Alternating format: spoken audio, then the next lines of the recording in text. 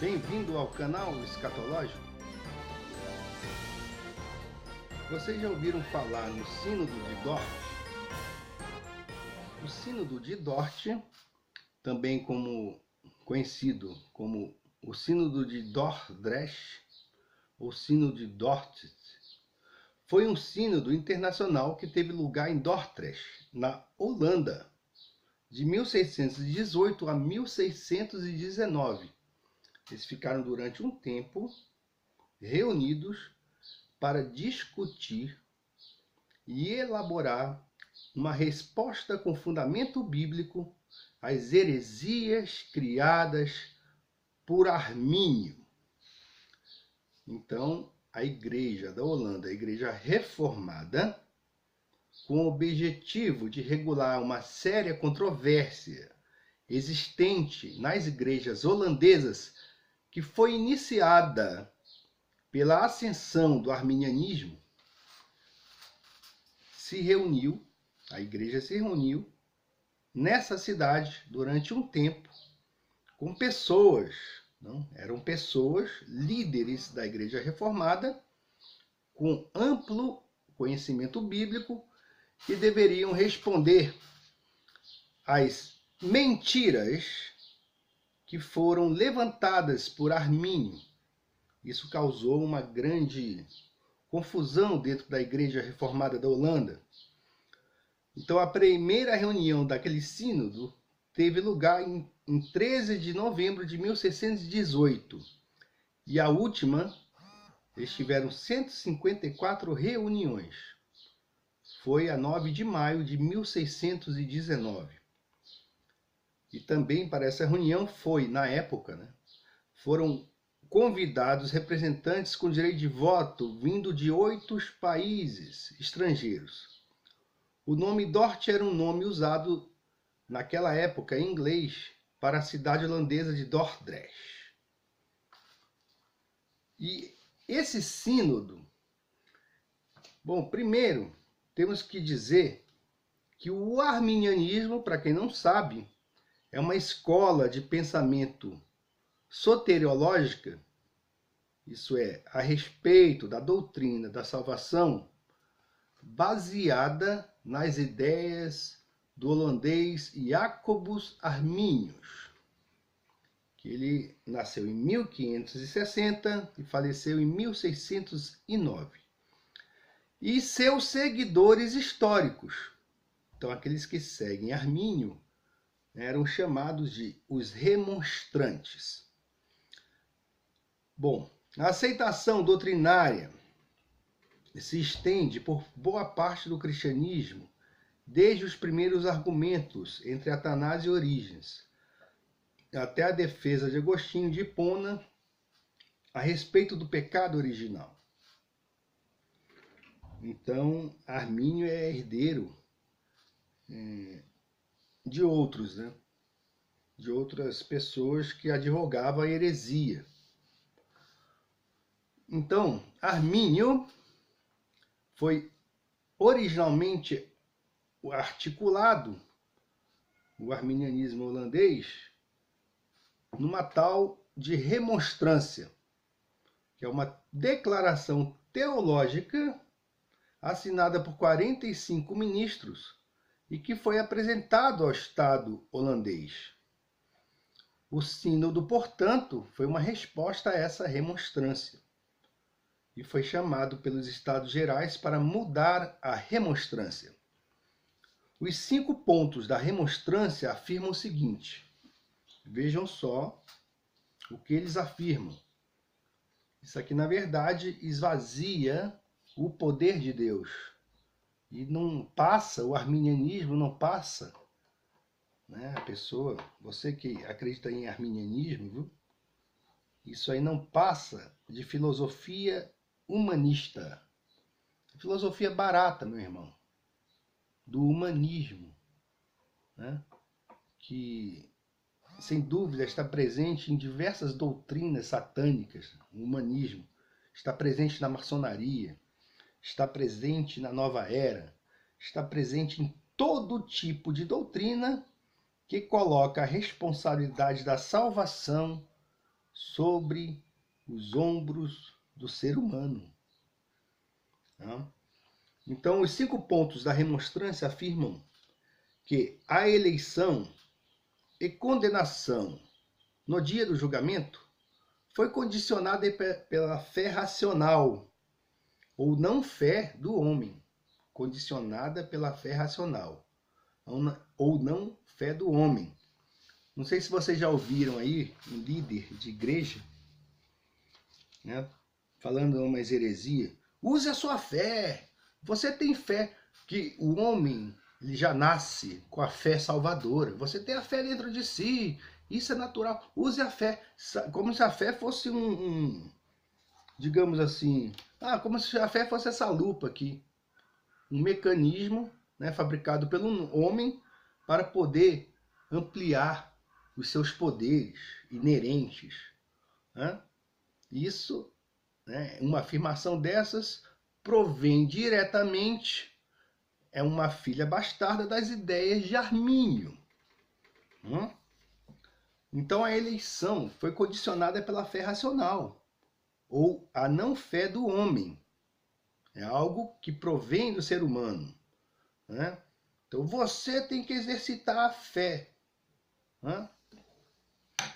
Bom, a fé não é algo, como nós mostramos no vídeo anterior, que vem de fora, que é o dom de Deus. A Bíblia fala isso. A fé é um dom, um presente de Deus, a fé salvadora. A expiação, o segundo ponto, é a expiação, embora qualitativamente suficiente a todos os homens, só é eficaz ao homem de fé. Aí ele fala que a expiação foi para todos, que Cristo morreu para todos. Interessante que, se você for pensar assim, existem muitas pessoas pelas quais Jesus morreu que hoje estão no inferno. Né? Podemos pensar aí, pensa aí, um exterminador, Adolf Hitler, um homem que negava totalmente Deus. Né? E ele era um religioso, né? Foi criado como coroinha. Bom, então é o seguinte, sem dúvida, esse homem foi para o inferno, né? É um homem totalmente, é um daqueles ímpios para o dia do juízo. Esse que odiava os judeus, odiava a Deus, era um ocultista, um satanista. Há muita documentação sobre isso vindo aí à tona a respeito disso. Vocês podem pesquisar. E então, se Cristo morreu por ele, a morte de Cristo por esse homem foi ineficaz. E assim para com tantos outros. Então podemos dizer, de acordo com essa doutrina de Armínio, que o sacrifício de Cristo é ineficaz para a salvação dos homens, se é que ele morreu por todos. Bom, o terceiro ponto dessa remonstrância foi a seguinte afirmação, que sem o auxílio do Espírito Santo, nenhuma pessoa é capaz de responder à vontade de Deus. Bom, até aí tudo bem, né? Mas, passou daí, a graça é irresistível. Então, o Espírito Santo ele apenas auxilia, ele não convence. Não tem essa capacidade, porque, segundo os arminianos, você pode resistir à vontade de Deus. Vejam só, o homem acima do poder e da vontade de Deus. Vejam só, mais humanismo. Então, pense, meu irmão, raciocine um pouquinho aí. O arminianismo afirma que o ser humano é maior do que Deus. É por isso que nós estamos aí como estamos. Porque até mesmo o evangelho que os arminianos pregam, e são muitos que pregam isso, eles colocam Deus abaixo do ser humano. É por isso que o mundo está do jeito que está. Deus não é mais soberano. Eles não apenas pregam, não. Eles pregam para mostrar não o poder do evangelho, não o poder de Deus, mas o poder do homem. Outra coisa, o quinto ponto da remonstrância, afirma que os crentes são capazes de resistir ao pecado, mas não estão fora da possibilidade de cair da graça. Então essa graça se tornou uma desgraça, não é?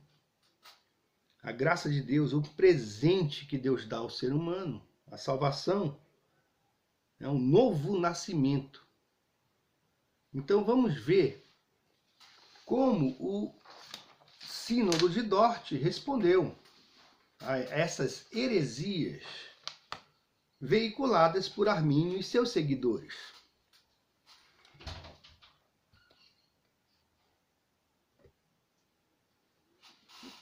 Bom, a resposta então vem em forma de um acróstico, que é tulipe, como já expliquei no vídeo anterior. Então fala a resposta. Primeira resposta diz respeito a total depravity, ou a depravação total do ser humano. O pecado afetou todas as partes do ser humano. O coração, emoções, vontade, mente e corpo estão todos afetados pelo pecado. Somos completamente cheios de pecado.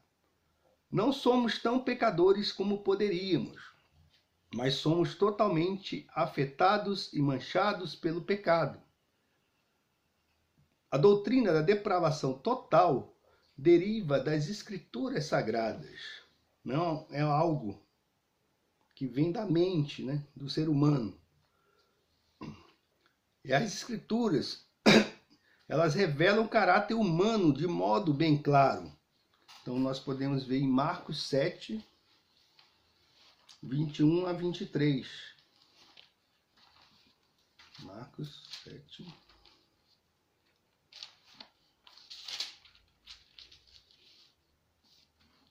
Porque do interior do coração dos homens saem os maus pensamentos, os adultérios, as fornicações, os homicídios, os furtos, a avareza, as maldades, o engano, a dissolução, a inveja, a blasfêmia, a soberba, a loucura.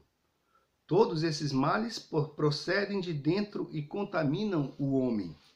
Então, meu amigo, esse aí é o nosso coração. É o coração do ser humano, é isso aí que Jesus falou. Então, o coração do homem é mau e doente. Vejam quantos males que nós temos, dentro de nós. Nascemos já no pecado original. Jeremias 17:9 diz: enganoso é o coração, mais do que todas as coisas, e perverso. Quem o conhecerá? A resposta é óbvia, né? Quem conhece o seu coração? Apenas o Deus Todo-Poderoso. O homem, portanto, é escravo do pecado. Romanos 6:20. O homem nasce escravo do pecado. Não existe ser humano bonzinho, não. Porque quando eres servos do pecado, estáveis livres da justiça. Romanos 6:20. O ser humano não busca a Deus. Você já conheceu aí algum ser humano que busque assim Deus naturalmente? A não ser que ele tenha uma experiência com Deus, a não ser que ele seja movido por Deus para isso. Então, Romanos 3 fala assim: não há um justo, nenhum sequer. Não há ninguém que entenda, não há ninguém que busque a Deus. Todos se extraviaram e juntamente se fizeram inúteis. Não há quem faça o bem, não há nenhum só. Os homens estão, portanto, nas amarras do pecado. O homem não pode entender as coisas espirituais. Então, às vezes, você está falando lá da palavra de Deus para alguém, né, mostrando as verdades, a coisa mais clara, mais, né, tangível, e a pessoa está com uma venda nos olhos. Você mostra nas escrituras, você argumenta, mas por quê? A pessoa ainda não teve, não foi tocada pelo Espírito de Deus. Mas mesmo assim devemos pregar o Evangelho, porque o Evangelho não é apenas para a salvação, você prega também para a condenação. A pessoa, aí há um mistério da responsabilidade divina também, porque Deus não é obrigado a salvar ninguém, não é? Deus não tem obrigação nenhuma em salvar o ser humano. Ele fez isso por amor. Então ele apenas escolheu, dentre a raça humana, alguns que ele vai salvar, que ele salvou. Então Deus não tem obrigação com você, meu amigo. Deus não é um gêniozinho da garrafa que está adstrito às suas vontades. Ora, o homem natural não compreende as coisas do Espírito de Deus, porque lhe parecem loucura, e não pode entendê-las, porque elas se discernem espiritualmente. Então, a doutrina bíblica, para o homem natural, é algo que é loucura, é maluquice, né?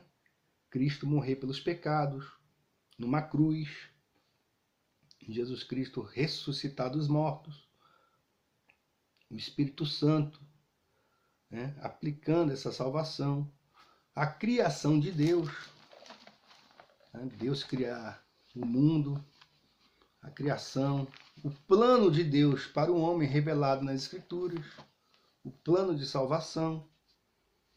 Então, tudo isso para o homem natural é loucura. Assim como era loucura para o apóstolo Paulo a crença dos cristãos, né, daqueles seguidores de Cristo.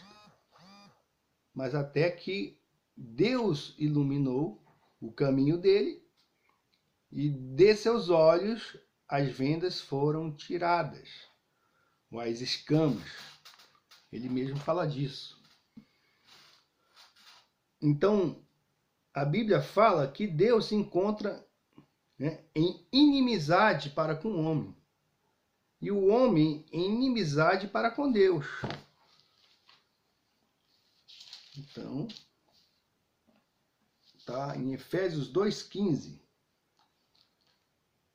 Porque ele é a nossa paz, Cristo, o qual de ambos os povos fez um, e derrubando a parede de separação que estava no meio, na sua carne desfez a inimizade, isto é, a lei dos mandamentos, que consistia em ordenanças, para criar em si mesmo dos dois um novo homem, fazendo a paz. Então hoje nós podemos dizer, temos paz com Deus, por meio de Jesus Cristo. Então a principal questão dessa depravação total é a luz das Escrituras, que declara que a verdadeira natureza humana, que declara a verdadeira natureza humana como sendo completamente perdida e incapaz, como é possível alguém escolher ou desejar Deus? A resposta é óbvia, é muito clara. Ninguém pode, portanto, Deus deve predestinar. Por causa da nossa natureza caída, nós nascemos de novo, não por nossa própria vontade, mas pela vontade de Deus. João,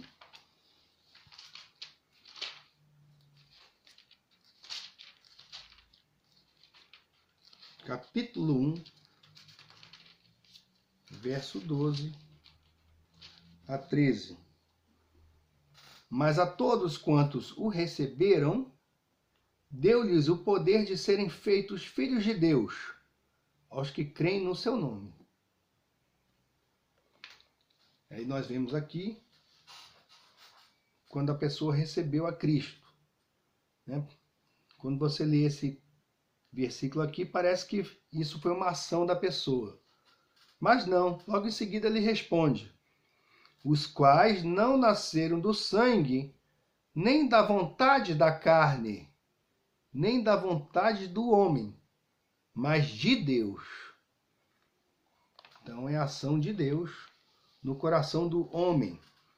Porque Deus concede que acreditemos. Filipenses 1, 29. Porque a vós vos foi concedido, em relação a Cristo, não somente crer nele, como também padecer por ele. Então a sua decisão por Cristo, na verdade, foi uma ação de Deus para com você. Não se engane. A fé é trabalho de Deus. Vamos ver o que Jesus fala em João, capítulo 6.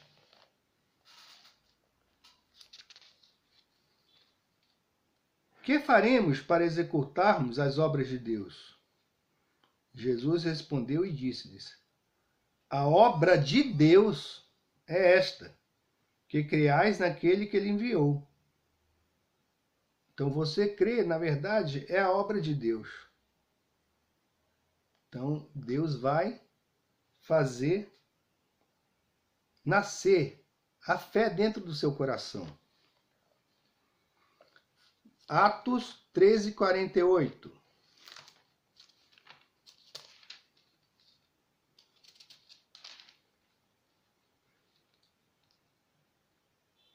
E os gentios, ouvindo isto, alegraram-se e glorificavam a palavra do Senhor. E creram todos quantos estavam ordenados para a vida eterna. E creram todos quantos estavam ordenados para a vida eterna. Então Deus ordena, Ele designa, Ele escolhe. Conclusão: Deus predestina. Efésios 1, 1 até 11, né? Depois você pode ler, que fala aqui que como também Deus nos elegeu nele, em Cristo, antes da fundação do mundo, para que fôssemos santos e irrepreensíveis diante dele, em amor, e nos predestinou para filhos de adoção por Jesus Cristo, para si mesmo, segundo o beneplácito de sua vontade.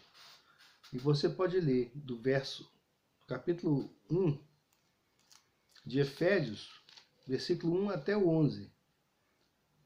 Você vai ver, está bem claro aqui, né? Que Deus nos elegeu em Cristo antes da fundação do mundo. Antes de existir mundo, Deus determinou que você cresce, meu irmão. Jesus morreu por você. Olha só que importância que Deus deu aos eleitos.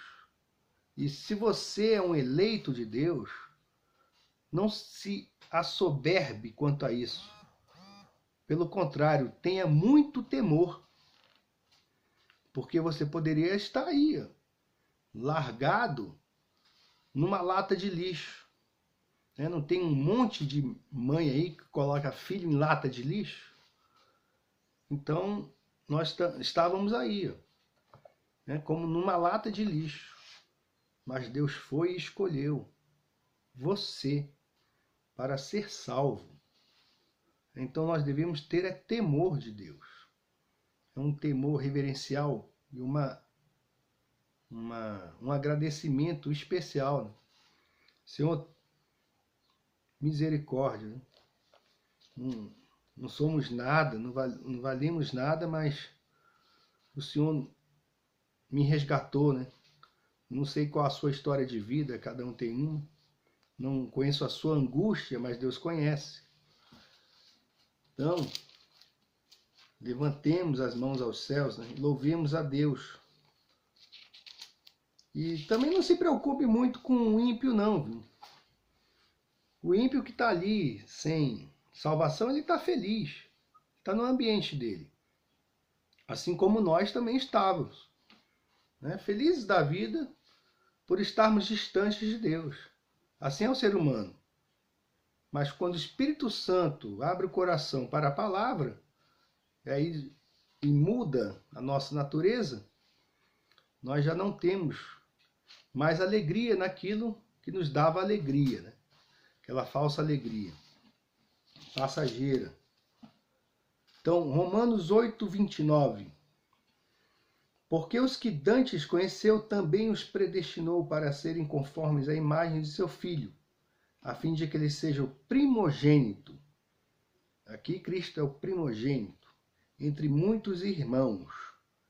E aos que predestinou, a estes também chamou. Então Deus predestina, ele também chama. E aos que chamou, a esses também justificou. Então aqueles que ele chama, ele justifica. E aos que justificou, a estes também glorificou. Então já estamos glorificados em Cristo, na verdade. E o capítulo 9 de Romanos, ele fala a respeito da eleição. Então, sugiro a leitura desse capítulo, para que você conheça mais a respeito da sua fé. Bom, a segunda resposta do Concílio de Dort foi a formulação, né, tulip, aí vem o U, unconditional election, ou a eleição incondicional. Deus não baseia sua eleição em nada que ele vê no indivíduo. Ele escolhe o eleito de acordo com a boa intenção da sua vontade, vontade de Deus, sem qualquer consideração ou mérito interior do indivíduo. Nem Deus olha para o futuro para ver quem o escolheria, porque ninguém é capaz de escolhê-lo. Também, como alguns são eleitos para a salvação, outros não são, né? Porque ele não elegeu a todos. Aqui em Romanos capítulo 9 está escrito: pois diz a Moisés, compadecer-me-ei de quem me compadecer, e terei misericórdia de quem eu tiver misericórdia. Assim, pois, isto não depende do que quer, nem do que corre, mas de Deus que se compadece. Porque diz a Escritura a Faraó, para isto mesmo te levantei, para em ti mostrar o meu poder, e para que o meu nome seja anunciado em toda a terra. Logo, pois, compadece-se de quem quer, e endurece a quem quer. Está vendo? Deus endurece os corações, assim como Deus quebra um coração de pedra. São mistérios que mostram a soberania de Deus. Ou não tem o oleiro poder sobre o barro para da mesma massa fazer um vaso para honra e outro para desonra? Continuando, a outra resposta do Concílio de Dort foi a formulação da doutrina da expiação limitada. Então, Jesus Cristo morreu apenas pelos eleitos. Embora o sacrifício de Jesus tenha sido suficiente para todos, não foi eficaz para todos. Jesus carregou apenas os pecados dos eleitos.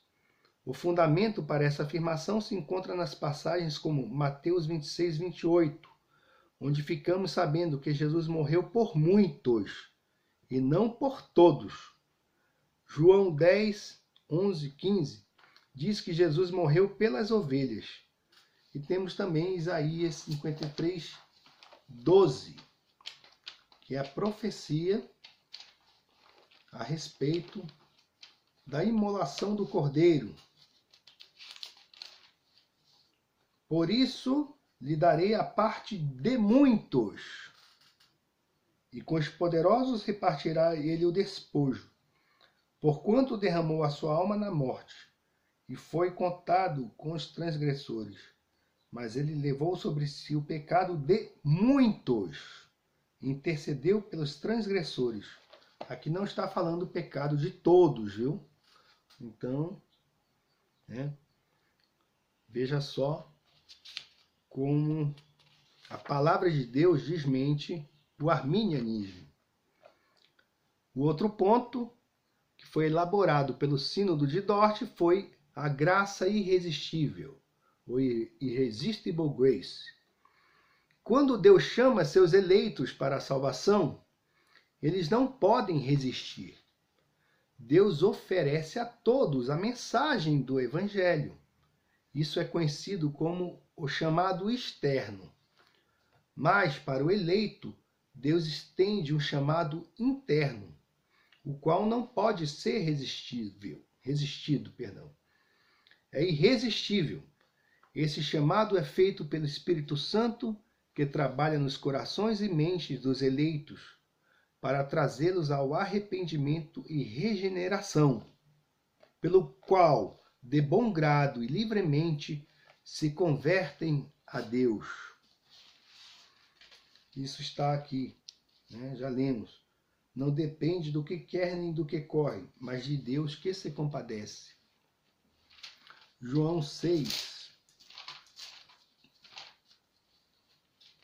28 a 29. Já está lido, já lemos também. João 6, 37. Todo o que o Pai me dá virá a mim, e o que vem a mim de maneira nenhuma o lançarei fora. Então só vai a Cristo se Deus permitir. Todo o que o Pai me dá virá a mim. Olha, meu amigo, se você ainda não encontrou Cristo, é porque Deus ainda não direcionou você para Cristo. Talvez tenha direcionado, você, o seu coração corrupto está sendo direcionado aí para Buda, para Allan Kardec, para Chico Xavier, para um monte de coisa aí. Está sendo direcionado e você às vezes está tateando. Mas, muitas vezes as pessoas que estão nessa situação, eu tenho visto, por experiência própria, que elas encontram Cristo finalmente, porque Deus é misericordioso. Então, às vezes, ele deixa aí a pessoa na ilusão, para que quando ela encontre a verdade, ela dê muito valor nessa pérola, que é o Evangelho. Então, uma vez eu estava entrevistando um pastor da igreja presbiteriana, e uma coisa eu perguntei a ele: no seu ministério, você tem uma experiência assim que te marcou? E ele respondeu que sim, e contou a seguinte história. Ele era pastor numa igreja, se não me engano, em Belo Horizonte, e um belo dia o telefone tocou. E aí ele atendeu o telefone, certamente não era celular, naquela época não tinha, e a pessoa falou assim: quem é que está falando? Da onde é que é? Aí ele falou que era pastor de uma igreja, tal. E essa pessoa foi até lá. Então a pessoa contou o que aconteceu. Ela estava preparada para se matar, tirar a vida. que ela fez? Ela pegou o catálogo telefônico. Antes, não sei se alguém conhece lista telefônica, o catálogo que existia antes. É uma coisa grossona assim, com todos os telefones da cidade, com todos os contatos de comércio, tudo. Aí ela pegou e falou assim: se Deus existe, eu vou colocar aqui a minha mão, vou abrir esse catálogo aqui, vou colocar meu dedo em qualquer lugar, e aí eu vou ligar para o número que aparecer, primeiro número, para ver se eu tenho uma resposta para minha vida. E dito e feito, ela fez isso. Pá, colocou o dedo. E caiu justamente no telefone da igreja, né, onde esse pastor trabalhava. E aí a história termina ele dizendo que essa pessoa se tornou um líder, uma líder dentro da igreja. Feliz da vida, sai evangelizando e falando da esperança de Deus para as pessoas. Então vejam só, como é que Deus faz, não é? A pessoa chegou ao ponto do desespero, mas Deus já a tinha escolhido. E aí, vejam só, o resto é história, não é? Muito interessante. E fiquei muito arrepiado, porque essa história é muito bonita. Bom, então o último ponto do Concílio de Dort fala a respeito da perseverança dos santos. Santo é aquele que foi escolhido, separado por Deus. Então você pode ver que nas epístolas de Paulo, né, ele fala a igreja de Deus, aos santificados em Cristo, aos separados, aqui em Coríntios, Efésios, né, Gálatas. Ele sempre fala disso. Aos santos que estão em Éfeso, aos santos e irmãos fiéis em Cristo que estão em Colossos. Então o santo é aquele que foi separado por Deus, foi eleito por Deus, é o santo. Então, meu amigo, você não pode perder a sua salvação. Se tem gente que prega isso por aí, está pregando doutrina de demônios. O crente, o que crê, o que recebeu Cristo, o que nasceu de novo, foi uma nova criatura. Assim como você não pode nunca deixar de ser filho do teu pai, né? Você pode fazer uma besteira, né? Vamos ver, você comete aí uma grande besteira na vida. Você vai deixar de ser filho do seu pai? Pelo contrário, meu amigo, você vai estar sempre qualificado, né? Com o sobrenome do teu pai lá, com o DNA do teu pai. Então, o pai elegeu você, o filho redimiu e o Espírito Santo aplicou a você a salvação. Todos os salvos têm eterna segurança, estão eternamente seguros em Cristo. Mais forte do que a nossa natureza pecaminosa pode nos revivificar. Deu problema técnico aqui. Bom, então vamos ver aqui.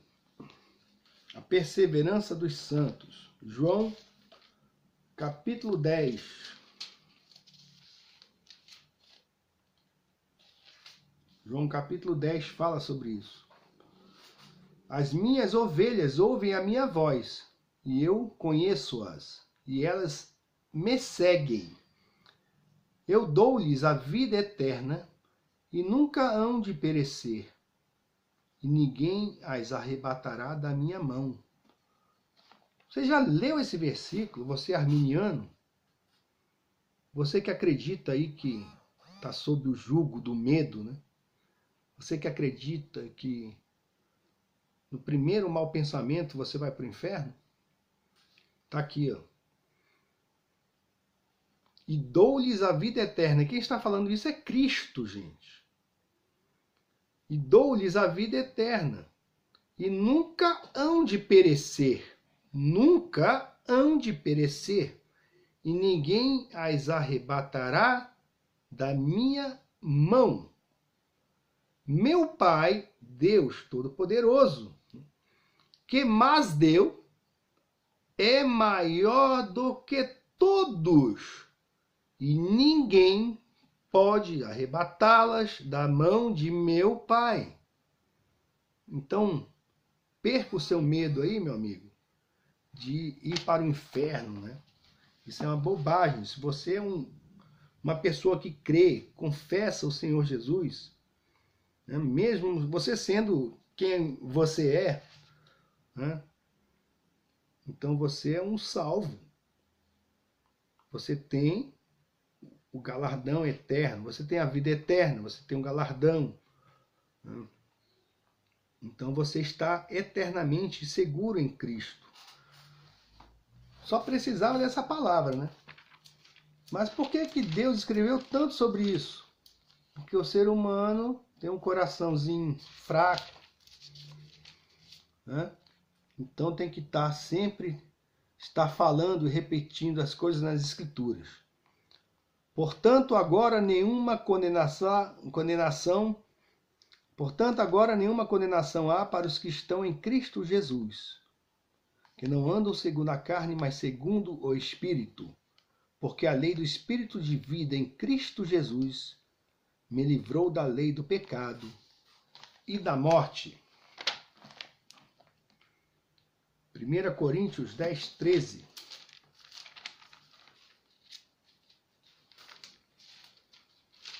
1 Coríntios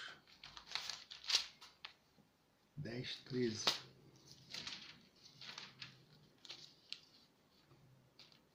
Não veio sobre vós tentação senão humana, mas fiel é Deus, que não vos deixará tentar acima do que podeis. Antes, com a tentação, dará também um escape para que a possais suportar. E Filipenses 1,16.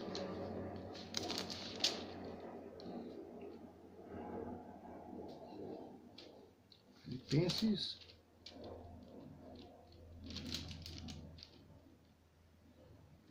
Não é isso não. É 1,29 mesmo. Que já foi lido. Porque a vós vos foi concedida em relação a Cristo não somente crer nele, como também padecer por ele. Tem também Filipenses 2,13. Porque Deus é o que opera em vós tanto querer como o efetuar, segundo a sua boa vontade. E temos aqui Efésios, capítulo 1, né? Fala, capítulo 2.